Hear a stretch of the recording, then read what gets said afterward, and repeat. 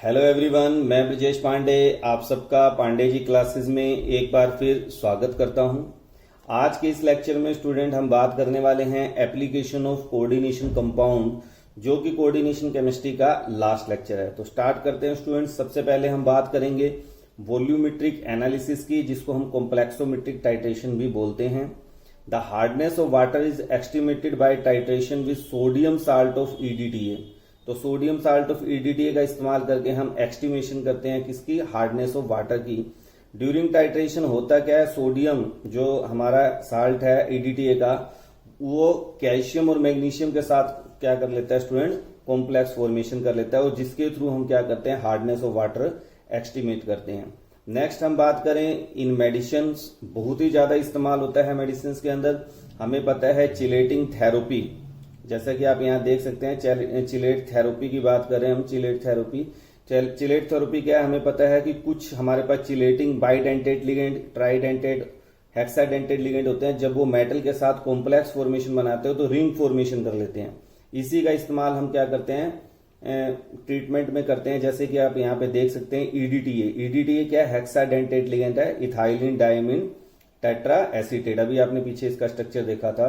तो इसका इस्तेमाल हम लेड पॉइजनिंग को रिमूव करने के लिए स्टूडेंट करते हैं। आप यहां देख सकते हैं जो लेड आयन है, जो लेड अगर प्रेजेंट है, उसके साथ EDTA ने क्या कर लिया, रिंग फॉर्मेशन करके कॉम्प्लेक्स कंपाउंड बना दिया, और इसके थ्रू हम क्या करते हैं, लेड को बाहर कर देते हैं। नेक्स्ट हम बात करेंगे स्टूडेंट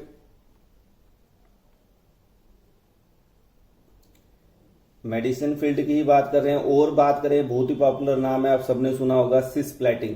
तो सिस्प्लेटिंग का स्ट्रक्चर भी यहाँ पे देख सकते हैं। तो सिस्प्लेटिंग का इस्तेमाल करके हम क्या करते हैं, ट्रीटमेंट ऑफ कैंसर की बात करते हैं स्टूडेंट। तो आप देख सकते हैं कि कैंसर की ट्रीटमेंट के लिए हम किसका इस्तेमाल करते हैं, सिस्प्लेटिंग का। तो सिस्प्लेटिंग का इस्तेमाल करके हम क्या कर सकते हैं, ट्रीटमेंट कर। आपसे क्वेश्चन कैसे पूछा जाएगा, which complex compound is use for the treatment of cancer, तो आपने जवाब देना है सिस्प्लेटिंग।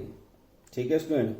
अब अगर हम बात करें नेक्स्ट इसकी बात करें, इसके लिए हम अब अगला क्या है, ब्रिटिश एंटी लेविसाइड बैल की फॉर्म, बैल हम बोलते हैं इसे शॉर्ट उसमें BAL। ये किस लिए इस्तेमाल होता है, it is use as a antidote for the arsenic poisoning. अगर आर्सेनिक की पॉइजनिंग किसी व्यक्ति को होगी और उसका मुझे ट्रीटमेंट करना है, तो अब हम उसे क्या करते हैं, बैल देते हैं। बैल क्या है, ब्रिटिश एंटी लेविसाइड। एक्चुअल में क्या है कि आर्सेनिक का जो ये लेविसाइड, इसका जो फार्मूला है, ये देखिए आप, ये क्या है, ये लेविसाइड है, ये जो है ये लेविसाइड है। लेविसाइड क्या है, ये एक तरह से केमिकल वेपन्स होते हैं स्टूडेंट। इसके लिए हम क्या डालते हैं, ये जैसे लेविसाइड है तो इसका एंटी, तो ब्रिटिश एंटी लेविसाइड का इस्तेमाल किए हैं, जिसका फार्मूला मैंने आपको यहाँ पे मेंशन कर रखा है। ये क्या करता है, इसके साथ कॉम्प्लेक्स कंपाउंड की फॉर्मेशन करके आर्सेनिक की पॉइजनिंग को है रिमूव कर देता है। नेक्स्ट हम बात करते हैं स्टूडेंट कोऑर्डिनेशन कंपाउंड की थर्ड एप्लीकेशन की बात करते हैं। तो थर्ड एप्लीकेशन बायोलॉजिकल सिस्टम। अगर हम ध्यान से देखें तो हमारी जो डेली लाइफ में हम बात करें, हमारी बॉडी के अंदर, इवन जो प्लांट्स हैं, यहाँ पे भी बहुत सारे मेटल आयन हैं जो कॉम्प्लेक्स कंपाउंड की फॉर्मेशन करते हैं थ्रू कोऑर्डिनेट बॉन्ड, और उन्हें हम कोऑर्डिनेट कंपाउंड्स बोलते हैं। तो coordinate compound are of great importance in biological system. जैसे हम सबसे इंपॉर्टेंट वेल नोन, आप सब बच्चे इसका नाम जानते हैं, क्लोरोफिल। प्लांट्स के अंदर पाया जाता है, फोटोसिंथेसिस में यूज होता है। और आप यहाँ देख सकते हैं क्लोरोफिल में क्या प्रेजेंट है, मैग्नीशियम आयन। अब आप कहेंगे सर क्या ये स्ट्रक्चर हमें याद करने हैं, तो आपको कोई जरूरत नहीं, ये केवल मैंने आपको समझाने के लिए यहाँ पे स्ट्रक्चर मेंशन किया है। बोर्ड में आपको स्ट्रक्चर बनाने को नहीं आएगा, ठीक है। आपको बस ये याद रखना है, आपसे क्वेश्चन क्या पूछा जाएगा कि which metal ion is present in chlorophyll, तो आपने जवाब देना है मैग्नीशियम। तो बस आपको याद करने वाली बात बस यही है, आपको no need to cram this structure. हाँ, जो हायर क्लास के स्टूडेंट है BSc के, उनको ये याद करने की जरूरत है, और जो मेडिकल के स्टूडेंट है उन्हें तो याद करना ही है। अब हम नेक्स्ट बात करते हैं स्टूडेंट, अगेन हीमोग्लोबिन। आप सबको पता है हमारे ब्लड के अंदर तो कौन सा आयन प्रेजेंट होता है, Fe2 पॉजिटिव आयन, हीमोग्लोबिन। यहाँ पे आप देख सकते हैं Fe2 पॉजिटिव आयन। तो आयरन प्रेजेंट होता है, क्या करता है हीमोग्लोबिन, आप सबको पता ही है, रेड पिगमेंट है ब्लड के अंदर, which act as a oxygen carrier, is a coordination complex compound. Coordination compound है, तो आप देख सकते हैं कि कोऑर्डिनेशन कंपाउंड हमारी बॉडी के अंदर भी इतना इंपॉर्टेंट रोल प्ले कर रहा है। नेक्स्ट हम बात करें स्टूडेंट विटामिन B12, बहुत ही गुड। इसका नाम दूसरा अगर आप ध्यान से देखें क्या है, साइनोकोबालामीन। यहाँ पे क्वेश्चन ये भी आता है कि विटामिन B12 के अंदर कौन सा ट्रांजिशन एलिमेंट प्रेजेंट है, तो आपको याद रखना चाहिए स्टूडेंट कोबाल्ट। यहाँ देख सकते हैं आप, ये क्या है, कोबाल्ट यहाँ प्रेजेंट है। ये स्ट्रक्चर केवल मैंने इसलिए दे रखे, आपको याद करने की जरूरत नहीं है कि आपको आइडिया हो जाए भाई विटामिन B12 सुनते हैं तो किस टाइप का, इतना नहीं कॉम्प्लेक्स कंपाउंड है, कितना बड़ा स्ट्रक्चर है, ये नहीं कि हम एक छोटा सा फार्मूला लिख दें, नहीं। तो इसकी डेफिशिएंसी से होता क्या ये बड़ा है, विटामिन B12 हमें हमारे बहुत ही इंपॉर्टेंट रोल प्ले करता है बायोमोलिक्यूल्स में, काफी डिटेल में बात करेंगे हम इसके ऊपर। तो परनीशियस अनीमिया की डेफिशिएंसी हो जाती है अगर किसी व्यक्ति के अंदर विटामिन B12 की कमी है। हम आपको बस जो बात याद रखने वाली बात है कि कौन सा यानी कि मेटल आयन प्रेजेंट होता है किसके अंदर, विटामिन B12 के अंदर, तो आपको याद रखना है कोबाल्ट। इसी तरह हम और बात करें तो जो हमारी बॉडी में एंजाइम्स हैं वो भी क्या करते हैं, कॉम्प्लेक्स कंपाउंड की फॉर्म में एग्जिस्ट करते हैं। जैसे अगर हम बात करें many enzymes that regulate biological process are metal complexes. जैसे कि अब यहाँ पे आप देखिए ये क्या है आपका कार्बोक्सी पेप्टिडेज। कार्बोक्सी पेप्टिडेज की हम बात करें, यहाँ देखिए carboxypeptidase a hydrolytic enzyme important in digestion contain a zinc ion coordinate to several amino acid residue of the protein. तो ये सारी चीजें आपको याद करनी, ये पेपर पॉइंट से इंपॉर्टेंट है। नेक्स्ट स्टूडेंट हम बात करते हैं कोऑर्डिनेशन कंपाउंड में कि कोऑर्डिनेशन कंपाउंड क्या होते हैं, they act as a catalyst. तो कैटलिस्ट में हमारे पास सबसे पहले इंपॉर्टेंट कैटलिस्ट का नाम आता है विल्किंसन कैटलिस्ट। विल्किंसन कैटलिस्ट का अगर नोमेनक्लेचर की बात करें तो स्टूडेंट ये क्या होता है, ट्रिस। आप देख सकते हैं यहाँ पे 3 मॉलिक्यूल हैं तो इसके लिए क्या वर्ड इस्तेमाल होगा, ट्रिस, क्योंकि ये 3 है तो क्या हो जाएगा इसका नाम, tris triphenyl phosphine rhodium first chloride. क्या काम है इसका स्टूडेंट, तो ये आप देख सकते हैं मैंने रिएक्शन मेंशन कर रखी है कि एल्कीन को, जो हमारे पास एल्कीन है इसको किस में कन्वर्ट कर रहा है, एल्केन में, यानी हाइड्रोजिनेशन के काम आता है एज ए विल्किंसन कैटलिस्ट। तो ये भी क्या है, कॉम्प्लेक्स कंपाउंड है। नेक्स्ट अगर हम बात करें स्टूडेंट तो और क्या कैटलिस्ट, बहुत ही इंपॉर्टेंट कैटलिस्ट है, आप सबने नाम सुना होगा जिगलर नाटा कैटलिस्ट। तो कैटलिस्ट में सेकंड इंपॉर्टेंट हमारे पास जो नाम आता है स्टूडेंट वो है जिगलर नाटा कैटलिस्ट, जो कि अभी पॉलीमर चैप्टर जब आप करेंगे तो वहां पे हाई डेंसिटी पॉलीइथाइलिन बनाने के लिए जो हम कैटलिस्ट इस्तेमाल करते हैं वो क्या करते हैं, जिगलर नाटा। अब जिगलर नाटा कैटलिस्ट क्या है स्टूडेंट, अगर हम ध्यान रखें तो ये क्या, it is a mixture of titanium tetrachloride और ट्राई इथाइल एल्यूमिनियम। ये इसका मिक्सचर है जो कि हम इस्तेमाल करते हैं कन्वर्जन के लिए, किसको, इथीन को पॉलीथीन में कन्वर्ट करते हैं। वो भी कौन सी टाइप में, हाई डेंसिटी पॉलीइथाइलिन। एक लो डेंसिटी पॉलीइथाइलिन होती है उसमें हम इसका इस्तेमाल नहीं करते हैं। तो ये पॉइंट आपको याद रखने वाले हैं और ये पेपर पॉइंट से भी सारे के सारे इंपॉर्टेंट है। इस चैप्टर में भी ये यूज हो रहा है और पॉलीमर चैप्टर आएगा वहां पे भी इसका हम क्या करेंगे, इस्तेमाल करेंगे।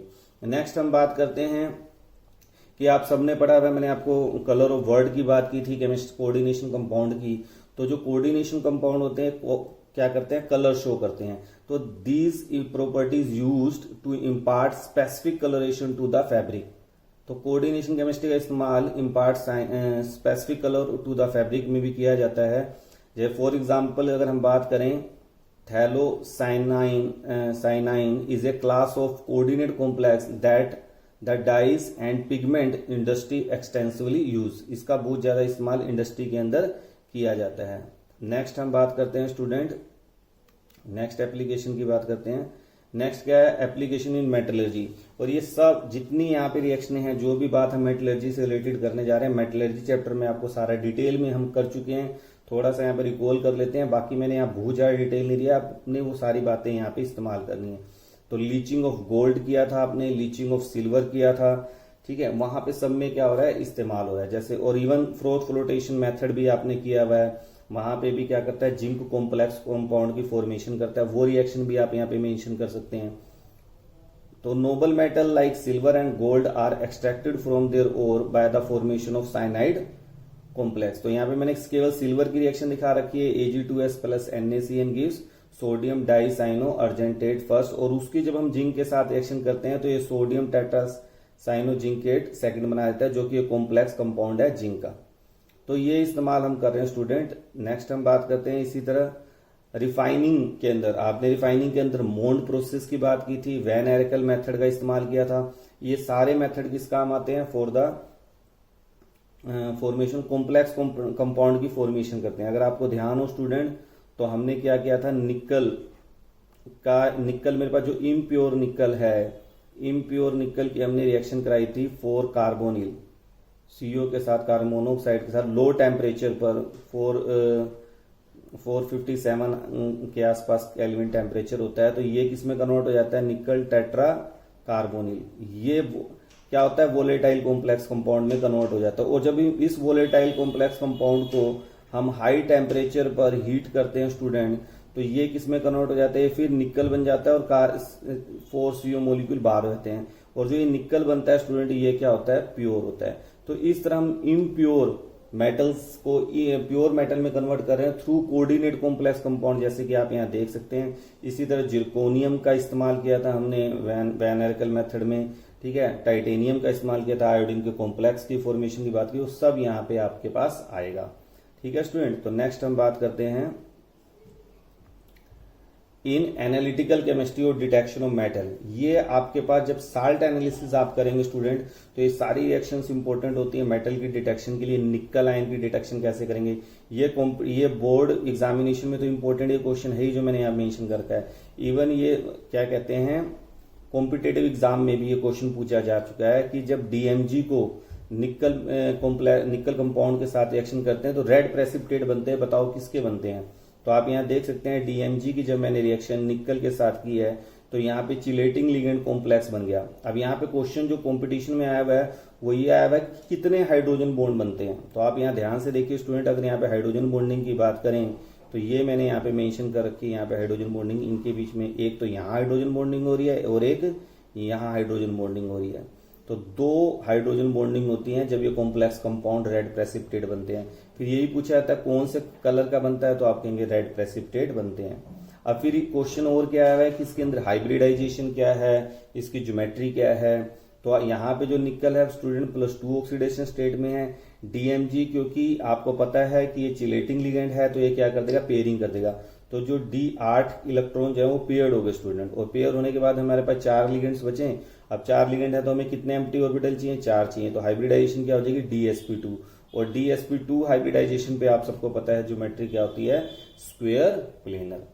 तो आप समझ सकते हैं कितना इंपॉर्टेंट रोल प्ले करता है कोऑर्डिनेशन केमिस्ट्री हर जगह ही।